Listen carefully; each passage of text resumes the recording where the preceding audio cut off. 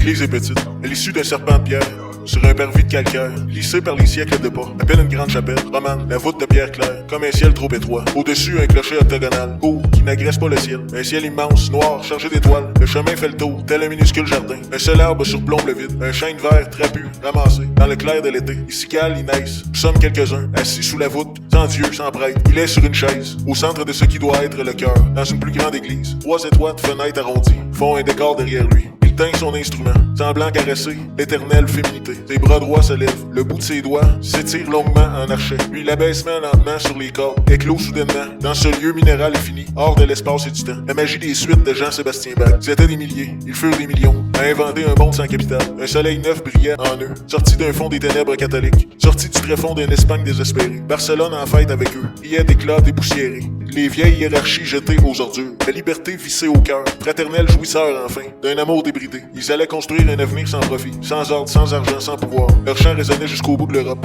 Leur combat avait écho jusqu'aux Amériques. Le vieux monde tremblait, les bourgeois s'affolaient, la commune revenait. Le sobre drapeau rouge et noir remplaçait d'orgueilleux étendards. Franchise et camaraderie, politesse des gueux, coulaient aux pieds les révérences futiles. Chacun libre faisait pour l'autre au besoin. Le superflu n'intéressait plus personne. La foi était dans la rue humaine. Les villages des villes renaissaient d'une joie véritable. Seul le partage avait un sens. La vie triomphait de l'esclavage. Alors, haï par les franquistes, trahi par l'international communiste, abandonné des socialistes, les armes à la main, défendre la vérité, face aux mensonges des nations. À Guernica, sous les bombes, on exterminait l'espoir. De partout, des amis venus par brigade, prêtaient main forte aux insurgés libertaires. Le pur que battre en retraite, fuir. La barbarie reprenait ses droits, écrasant sur son passage, jusqu'au souvenir de leurs existences. Un ciel liquide coule depuis des jours. Par instant, les nuages sont sans ondées. Cela ne dure pas. À nouveau, de pleins sauts sont lancés. Pourtant, l'incendie qui court mes membres ne s'éteint point. La patience n'est pas mon fort. Mon cœur brûlant de colère n'est pas apaisé. Cette pluie qui m'exaspère nullement calme ma fièvre. Petit poète mal aimé, fustigeant l'univers entier. Toute honte bue, puis pissée aux latrines de l'histoire. Finirait, inconnu, au trou noir jeté. Quelques planches pour dernier vêtement. Je voulais du temps de jeunesse, un monde nouveau. Plus nulle détresse, ne tarauderait une humanité quiète, où le courage faisait fi de la veulerie, ferait tomber nos dernières chaînes. L'or, loin de tout cela, esclaves sommes restés, nos hommes cloués d'argent sale, espèrent richesse et célébrité,